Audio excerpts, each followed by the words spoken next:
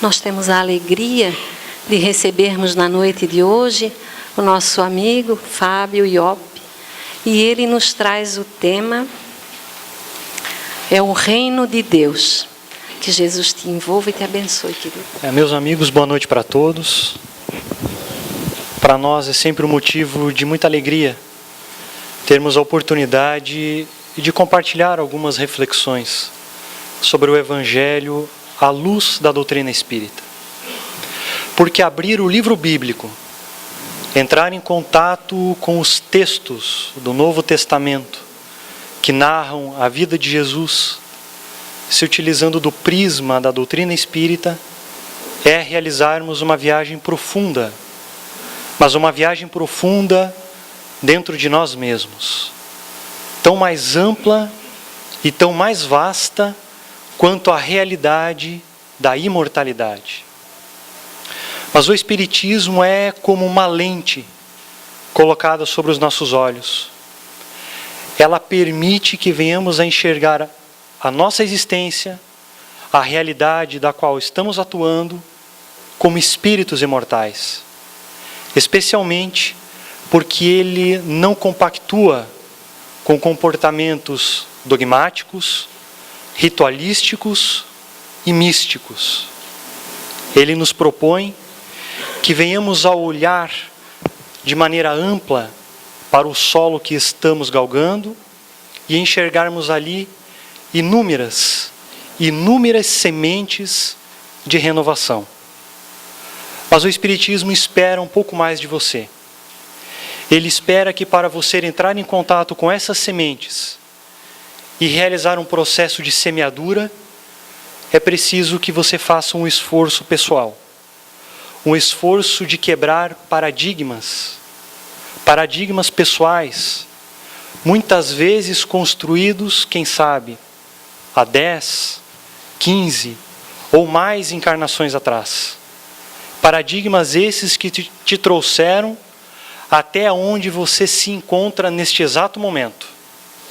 Portanto, ele é incapaz de te levar mais adiante. É por isso que o Espiritismo te propõe um processo incessante de renovação. Portanto, se você veio hoje neste salão de exposição espírita, buscando ser convencido de algo, você sairá daqui decepcionado. Por uma razão muito simples. O Espiritismo não espera convencer quem quer que seja. Ele não compactua com esse tipo de comportamento. O Espiritismo, na realidade, ele te propõe um amadurecimento de perguntas, de indagações, e não de respostas. Porque a resposta você simplesmente a tem, e quem sabe você não faça nem uso dela. Portanto, o Espiritismo, ele quer que você amadureça as suas reflexões. E é exatamente desta perspectiva da imortalidade que nós gostaríamos de abordar o assunto de hoje, que é o reino de Deus. Então eu convido a todos que com muita calma, com muita tranquilidade, venhamos a fazer uma viagem. Mas uma viagem no tempo. Imagine que você está há 2000 anos atrás. Você se dirige até a Grécia, a cidade de Atenas. Você tem a oportunidade de olhar aquela arquitetura irrepetida do Partenon. Você calmamente olha a cor, os traços, as linhas, os desenhos, as colunas que mais representam verdadeira obra de arte. Você agora se dirige até a cidade de Corinto. E se você prestar atenção no solo em que você está pisando, você enxergará as ruas talhadas em mármore. A pavimentação dessas ruas que os teus pés estão pisando é feito de mármore polido, os mais belos mármores de toda a região. Todas construções suntuosas e belas ao mesmo tempo. Mas se você também se dirigir ao Império Romano, a Roma, você terá a oportunidade de enxergar as mãos humanas como verdadeiro instrumento da beleza. Da mesma forma, o Fórum Romano, os caminhos que formam a Via Ápia, os aquedutos, todas as construções monumentais, erigidas para desempenhar um papel específico, mas nem por isso deixado de lado a beleza. Mas se você voltar um pouco mais na história, se você tiver a oportunidade de entrar na Babilônia de Nabucodonosor, e você se deparar de frente aos jardins suspensos, há quem diga que seria uma viagem surreal. Tamanha complexidade e beleza arquitetônica. Mas não importa o lugar que você esteja, poderá ser outros tantos em que a beleza que as construções da mão humana realizou. Se você parar um instante e aguardar o sol se pôr, você terá a oportunidade então de mudar de perspectiva, de olhar para o céu estrelado e, assim como hoje, ser tomado de um encantamento profundo e desafiador. Tão desafiador quanto o desafio de estar encarnado. Porque, convenhamos, estar encarnado é ser desafiador. É você viver sendo desafiado. É você olhar para a tua própria vida, para a tua existência e se enxergar constantemente sendo desafiado. Mas aí você olha para o céu, para o zimbório celeste, e você se pergunta: quem construiu tudo isto? As mãos humanas seriam incapazes de construir tamanha beleza? Você olha para a tua vida, olha para a tua volta e enxerga a mesma expressão de beleza. Mas você também se pergunta: quem que construiu os demais sistemas? As galáxias, nebulosas, sóis, bilhões e bilhões de constelações que se movimentam uma em torno das outras, como verdadeira sinfonia celestial. Você olha para a sua vida e enxerga nela um aparente caos. É desafiador.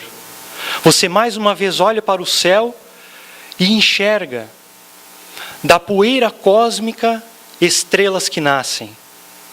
Estrelas que depois de alguns milênios explodem e retornam para a poeira cósmica.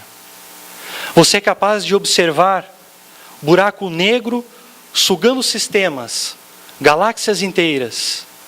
E mesmo assim, o universo se mantém na mais absoluta ordem, no mais absoluto equilíbrio.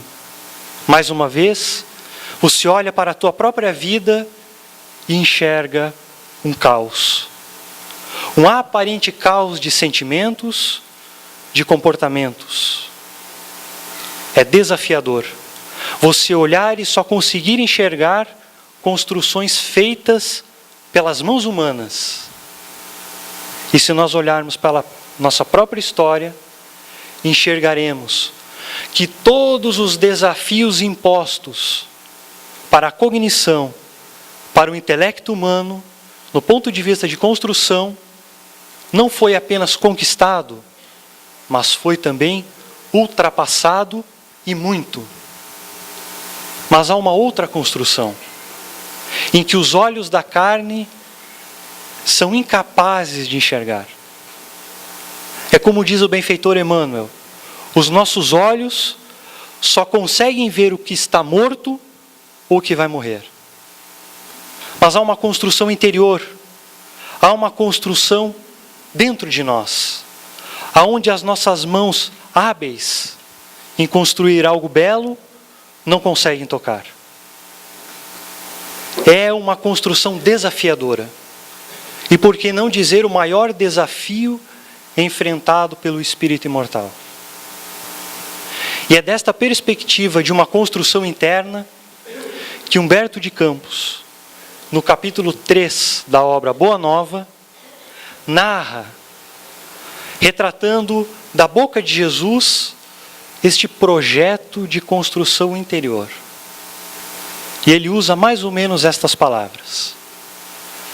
Aproximava-se os primeiros dias dos anos 30.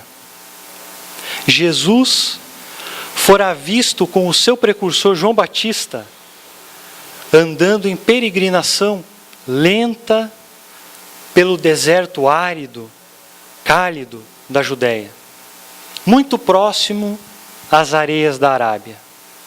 Quem sabe dialogando sobre o futuro da humanidade. Depois de alguns dias em meditação, eles despedem-se e Jesus, então, sereno e solitário, é visto em direção a Jerusalém. Após descansar em Jericó, ele sobe a montanha e é visto durante o dia inteiro, sentado à frente do templo de Jerusalém. Uma construção humana, bela, que guardava todas as propostas de desenvolvimento espiritual da humanidade na época. Ele observa as pessoas que entram, que saem, os sacerdotes, toda a movimentação daquele templo que na realidade era um lugar de encontro com o Criador. Mas mais à frente, um grupo de sacerdotes ociosos e alguns pensadores ficam olhando aquela figura majestática e serena daquele Galileu pobre sentado na rua.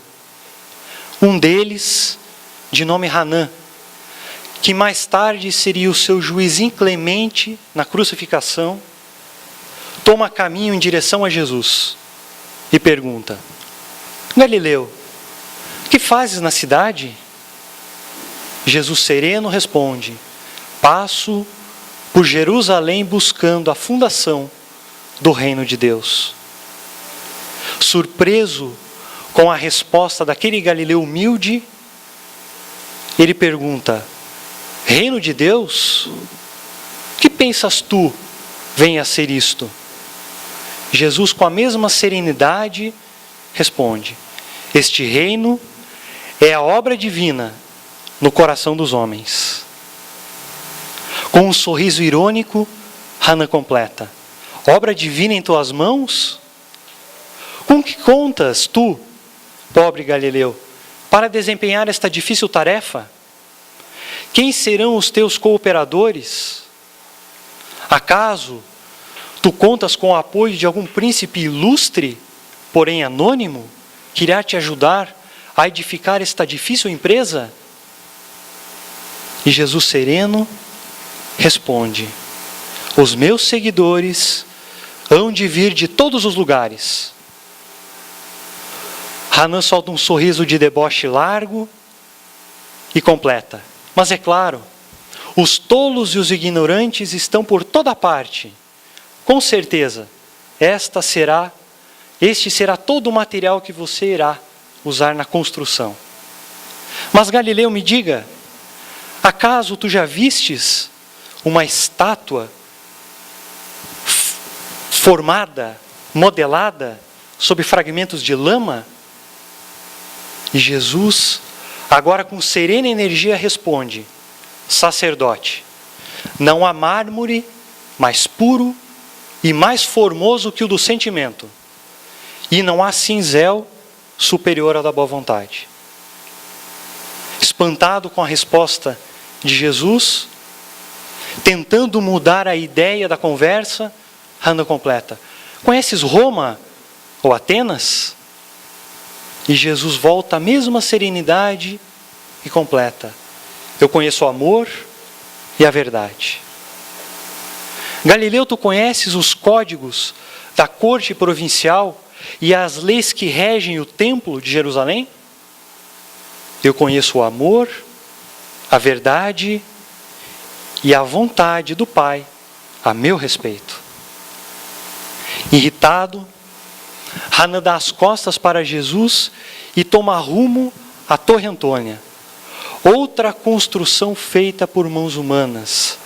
Essa que se assemelhava a verdadeiro cativeiro. Jesus é visto dormir sentado na rua, olhando para o templo.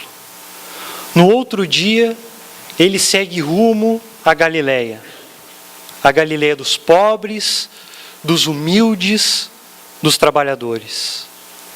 Após descansar em Caná no segundo dia, no terceiro, ele é visto andando rápido, alegre, como se estivesse ansioso por encontrar alguém. Mais à frente, ele olha à beira do Tiberíades, pescadores organizando barcos, outros enrolando redes para a pesca. Aí então ele ergue o braço e diz: André, Simão, filhos de Jonas, venho da parte de Deus convidar-vos. Quereis ser os meus companheiros para edificar o seu reino na terra? E aqueles dois homens, surpreendidos pela pergunta de Jesus e sem entender o que seria este reino, respondem: mas um reino aqui em Cafarnaum? A cidade é tão pequena, será que comportaria algum reinado? E Simão Pedro, como doce criança, completa: André, meu irmão, com certeza este reino a qual ele fala deverá compreender todas as cidades em volta do Tiberíades. Com certeza comportaria um reinado. Jesus sorri e adia as explicações sobre este reinado, adia prazerosamente. Não estava na hora de compreenderem. Aí então, segue Jesus com aqueles dois homens em direção ao centro de Cafarnaum, convidam Levi, que mais tarde seria o evangelista Mateus. A partir dali, então ele convoca os 12 para edificar o reino de Deus junto com ele. É curiosa essa história, porque da mesma forma que aqueles galileus, naquela época, não compreenderam que o reino que Jesus queria construir era um reino que se situava dentro, muitos de nós ainda hoje não compreendemos que as mãos humanas só constroem algo que terá um fim. Terá um início. Por mais superior que seja o seu ideal, chegará o dia que será o seu fim. Mas somente aquilo que é construído pela mão divina é imortal. Somos imortais. Assim como Simão e André não compreenderam que o reinado seria muito mais amplo do que aquele em volta do Tiberíades, muitos de nós ainda não compreendemos que o grande arquiteto deste reino dentro de nós é Deus. Ao passo que muitos espíritas ainda não compreendem que é Deus. Que é Deus. Qual é a relação que eu venho a ter com Deus? Jesus adia prazerosamente as explicações para aqueles dois, pressupondo que antes de explicar o que seria este reinado, deveria se instituir uma relação entre eles e o rei, ou seja, entre eles e Deus. Mas Allan Kardec, o codificador, ao introduzir a primeira obra do Consolador na Terra, coloca como a primeira pergunta: que é Deus? Dando a mesma condução pedagógica dada por Jesus. Dizendo para todos nós, para você seguir adiante nas próximas perguntas de O Livro dos Espíritos, ou nas demais obras da codificação, você deverá saber que tudo parte da tua relação com Deus. Você quer estudar mediunidade? Parte da tua relação com Deus. Você quer entender materialização, desmaterialização? Não se preocupe, irá partir da tua relação com Deus. Você quer entender os ciclos de evolução da Terra, da humanidade? Como funciona o fluido cósmico, muito bem narrado por Kardec na obra Gênese? Parte da tua relação com Deus. Qual é a tua relação com Deus? Qual é a relação que você trava com este ser, com este Criador? Com este que criou a tudo e a todos? Se bem que hoje ainda há aqueles que acreditam que na realidade tudo é obra do acaso. Tudo é obra do acaso. É preciso ter muita fé para acreditar que o universo partiu do acaso e que mesmo depois de tanto tempo o acaso é inteligente o suficiente para manter tudo no mais absoluto equilíbrio, na mais absoluta ordem. E mesmo que você olhe para a sua vida e enxergue em meio aos sentimentos em que você vive um aparente caos, algum de nós já presenciou um corpo humano se desfazendo? O corpo humano explodindo? Perdendo a sua estrutura molecular? É preciso ter uma fé muito grande para acreditar que o acaso é responsável por tudo. Fé, talvez, que poucos homens tiveram na sua própria espiritualização. Aí nós vemos então nascer grandes mártires. Fé essa que devemos trazer para nós. Mas qual é a tua relação com Deus? Qual é a tua relação com esse Criador? Se Ele existe, é possível me relacionar com Ele? É possível que Ele venha se relacionar comigo? Este ser que criou a tudo e a todos, é acessível? É inacessível? É insensível? Ou ele é sensível? Será que este ser sabe todos os passos que eu dei até hoje, especialmente os passos mais pequenos? Será que ele sabe das lágrimas que escorrem dos meus olhos? As lágrimas de tristeza? Ou as lágrimas de alegria, de gratidão? Eis que aí surge a primeira pergunta que todas as religiões buscaram responder. Há um Criador? Posso me relacionar com Ele? É possível que Ele se relacione então comigo? Surge a segunda. Se existe uma relação entre nós, ela influencia na minha vida? A relação que eu venho a travar com este ser irá influenciar a vida daqueles que estão à minha volta? Esta relação é grande o suficiente para mudar o curso das vidas que estão ao meu lado? Eis que a maioria então responde a primeira. E enxergamos na humanidade a construção de templos, de lugares sagrados, para entrar em contato com este ser. Mais do que isso, encontramos então a figura de intermediários, sacerdotes, sacerdotisas, roupas especiais, adornos, adereços, figuras, todas feitas pelas mãos humanas para travar um contato com aquele ser, Criador deste universo, ao qual ainda não conseguimos resposta. Construções exteriores para travar um contato com o Criador. Como se Ele precisasse de roupas especiais, de uma alimentação específica para entrar em contato conosco. Então estes intermediários seriam então pessoas mais privilegiadas, que quem sabe agendariam alguns segundos na agenda de Deus, para que Ele me recebesse? Pura expressão humana, olhando para a nossa pequenez e não querendo aceitar que não consigamos dar explicações para algo que está além da nossa visão material. Só conseguimos enxergar o que está morto ou o que irá morrer. Uma relação.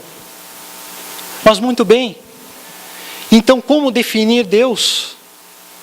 Se existe este Criador e nós nos relacionamos, como definir Ele? Se definir é impor limites, é realizar comparações, como poderei limitar o ilimitado? Como que eu poderia então comparar o absoluto, se só há um absoluto? Eis que Jesus adiou prazerosamente as explicações. Primeiro, porque era necessário instituir a relação, mudar o foco, mudar a perspectiva da tua visão, olhar para algo que os teus olhos são incapazes de olhar. E aí, ele sobe com os 12 discípulos, encontra um cachorro morto, em estado avançado de apodrecimento, os 12 se afastam. Primeiro com medo da impureza, segundo pelo cheiro desagradável.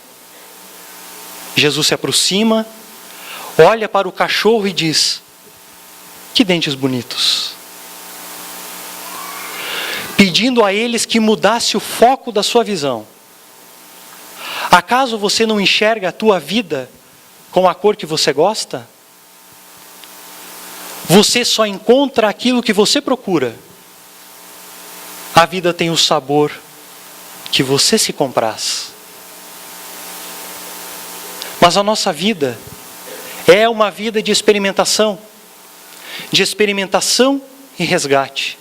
Somos seres imortais e Jesus sabia disso. Por isso, Ele quis que mudássemos o foco da nossa visão. Ele sabe que somos peregrinos, que viemos de encarnação em encarnação, buscando tesouros para o Espírito. E muitas vezes subimos os degraus da iluminação.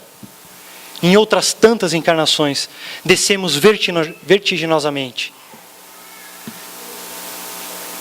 É por isso que abrir o livro bíblico é entrar em contato consigo mesmo, porque ali está narrada a nossa própria história de peregrinos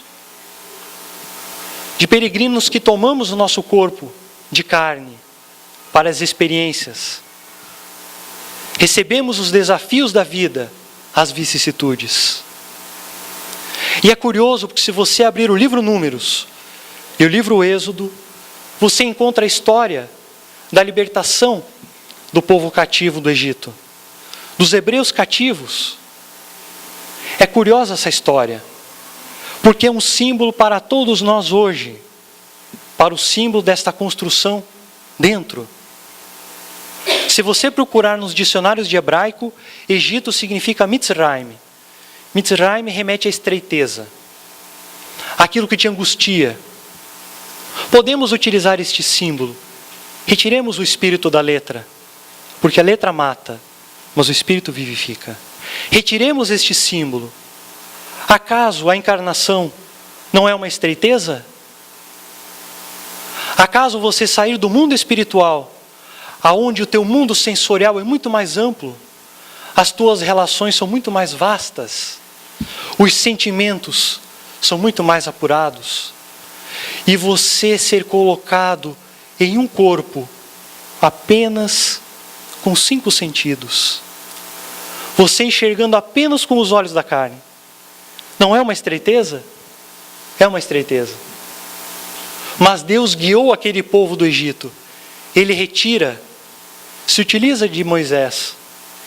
Vamos peregrinar pelo deserto. Vamos em busca da Canaã. a terra prometida, reino de Deus, reino dos céus. Não importa, é tudo a mesma coisa. Aquele povo peregrina pelo deserto. Acaso a vida não é um deserto?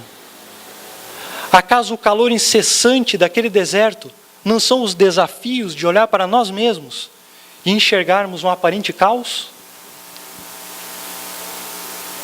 É uma peregrinação. Mas essa história fica melhor ainda, porque aquele povo se aproxima de Canaã, mas eles não entram na cidade. Sob a orientação de Deus, Moisés envia 12 homens. 12. É curioso porque é sempre o número 12. Ele envia 12 homens para averiguar a estrada que ligava à terra prometida. 10 retornam, dizendo que a estrada era difícil. A estrada tinha muitos ladrões. Nós não conseguiríamos chegar à terra prometida.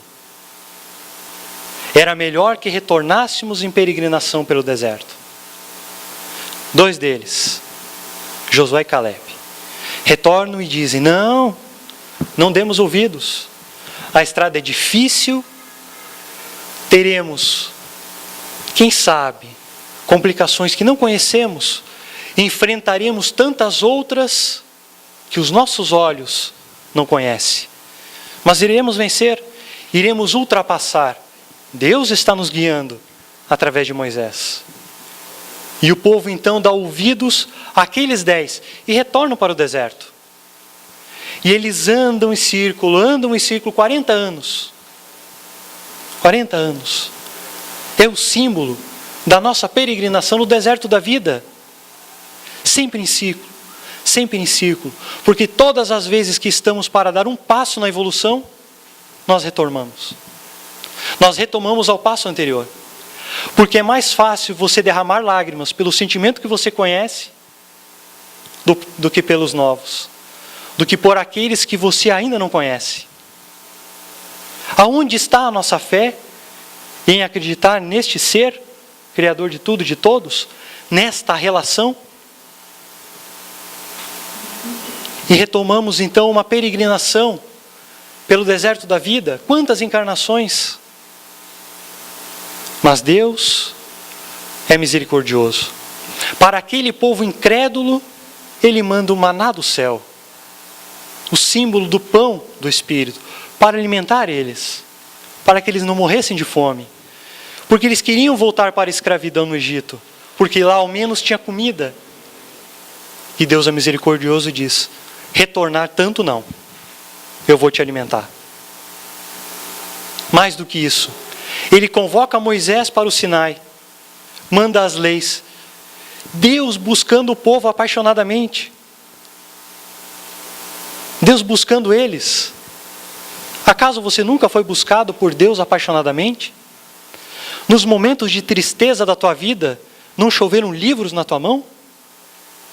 Não apareceram pessoas, e quem sabe pessoas que você não conhecia, falando de assuntos que tocavam no fundo do teu coração?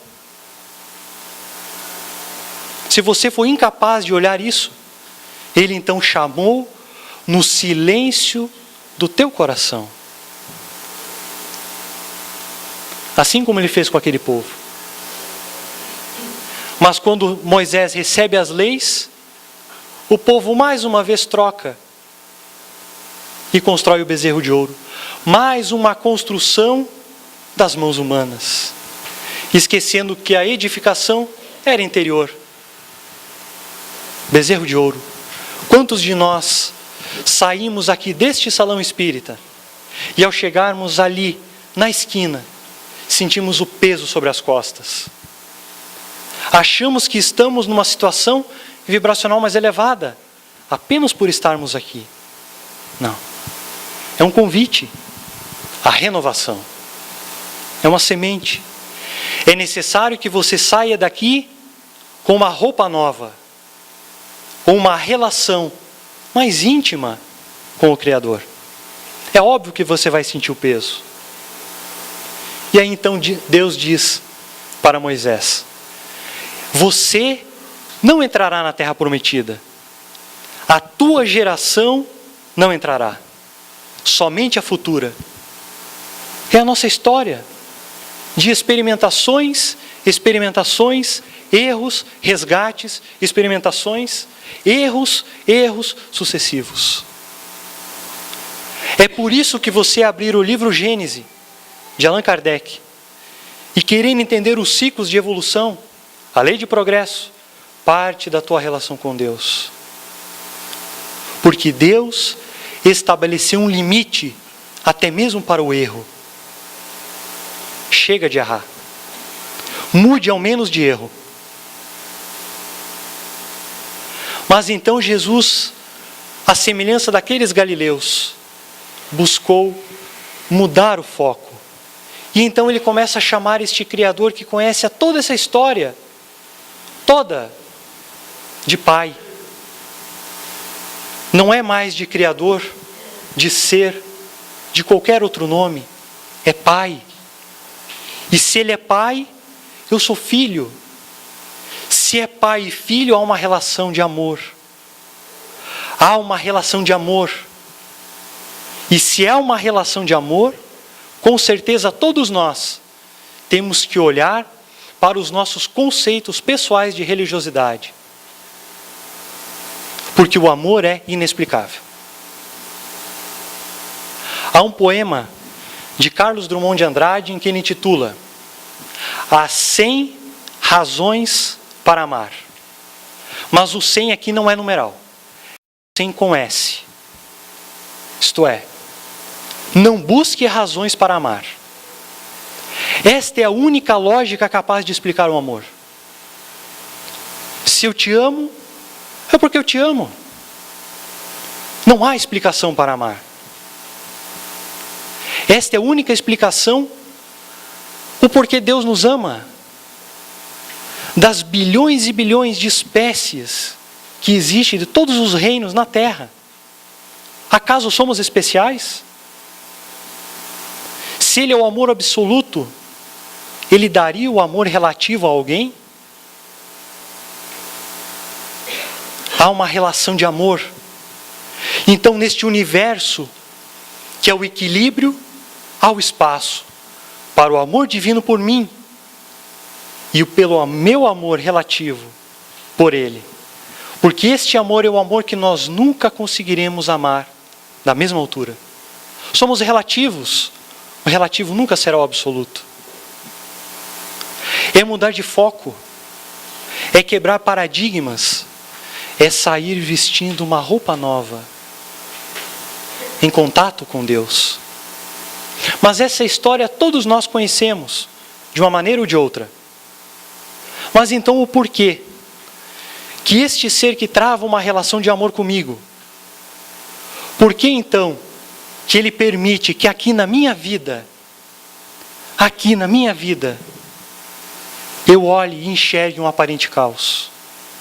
Guerras, assassinatos. Por que que as pessoas que mais me ferem são as que eu amo? Por que que as pessoas que me provocam maior dor são aquelas em que eu mais gosto? Por quê? Por que que Ele, nos amando de maneira absoluta, permite isso? Eis então que Jesus conta o projeto de edificação de um reino dentro de nós. Porque somente uma construção feita pela mão divina dentro de nós é capaz de explicar. Não há cognição humana capaz de explicar o absoluto. Mesmo que um dia nos tornemos Cristos. Mas tudo bem. Mas então, se Ele sabe de tudo isso, e se esta construção então é feita por mão divina, por que então que Ele não estala os dedos e a construção não fica pronta? Por que então que a nossa vida tem que ser de experimentação? Por que que temos que reencarnar? Não seria mais fácil então Ele olhar para os seus filhos e edificar o sentimento? Não seria mais fácil Ele ter nos criado os anjos? Com a auréola da angelitude? E aí Jesus então explica que o Pai criou um limite para o seu próprio poder. O absoluto limitou a si mesmo. Ele jamais ultrapassaria o livre-arbítrio dos seus filhos. Ele jamais constrangeria os seus filhos com o seu poder. É por isso que a misericórdia é oculta. E você nunca sabe por onde ela vem, quando ela irá passar. Mas há um texto, na obra Pensamento e Vida. Porque se é uma construção feita por mão divina, aonde está a minha parte? Se é Deus que edifica, qual é o meu papel na obra divina, na obra da criação? Mas nesse livro, Pensamento e Vida, que é um livro para corações sensíveis, aqui Emmanuel coloca 30 capítulos, cada um deles com um assunto específico, de um desafio específico da tua encarnação. E não é por acaso que o último capítulo ele intitula Amor. E ele narra essa história. E ele diz assim: o amor puro é reflexo do Criador em todas as criaturas. Brilha em tudo e em tudo palpita, na mesma vibração de sabedoria e beleza. É fundamento da vida e justiça de toda a lei. A justiça de Deus é amar. Justiça. Surge sublime no equilíbrio dos mundos, erguidos à glória da imensidade, quanto nas flores anônimas, esquecidas no campo. O verme é amado pelo Senhor, que lhe concede milhares e milhares de séculos para levantar-se da viscosidade do abismo, tanto quanto o anjo que o representa junto ao verme. No espaço de uma penitenciária, respira com a mesma segurança o criminoso que lhe padece nas grades de sofrimento e o correto administrador que lhe garante a ordem. O amor é o reflexo de Deus, nosso Pai, que se compadece de todos e que a ninguém violenta. Embora, em razão do mesmo amor infinito com que nos ame, determine que estejamos sempre sobre a lei de responsabilidade, que se manifesta em cada consciência, de acordo com as suas próprias obras. E amando-nos, permite o Senhor perlustrarmos sem prazo o caminho de ascensão para Ele, concedendo-nos, quando impensadamente nos consagramos ao mal, a própria eternidade para reconciliarmos-nos com o bem que é a sua regra imutável. Herdeiro dele que somos, raios de sua inteligência infinita, sendo ele mesmo o amor eterno de toda a criação, em tudo e em toda parte, é da legislação por ele estatuída, que cada espírito reflita livremente aquilo que mais ame, transformando-se aqui ou ali, na luz ou na treva, na alegria ou na dor, a que empenhe o coração. Portanto, esta construção, feita pela mão divina no nosso coração, é uma obra de parceria. É uma obra de troca. É uma obra de comunhão entre nós e o Criador. É por isso que a estrada reencarnatória é individual, personalíssima, desafiadora. As mãos divinas esperando por nós. Porque Deus é um sol que nos atrai. Mas se não deixarmos nos atrair, não será edificado construção alguma no coração, a não ser o bezerro de ouro. Mas como somos ainda incapazes de olhar para frente, adiante, para o futuro, porque até mesmo o tempo na Terra é pedagógico. Se você for a Saturno, qualquer outro planeta do sistema, o tempo lá é diferente. 24 horas é só na Terra. É pedagógico. Você não pode olhar para o futuro. Você não consegue enxergar a ordem para frente. Você não tem olhos para isso? É por isso que você enxerga a tua vida como um aparente caos. Mas nós podemos fazer uma coisa. Olhemos para trás. Isso nós podemos. Não precisa ser a 1, 2, 10 reencarnações. Olhe desde o dia que você nasceu. E perceba como houve uma mão anônima, invisível, que te guiou. Te colocou em situações imponderáveis. Perceba que na tua estrada desta encarnação, você foi conduzido muitas vezes sem se dar conta. Mas é mais fácil olharmos para o erro. Então vamos olhar para todas as vezes que caímos.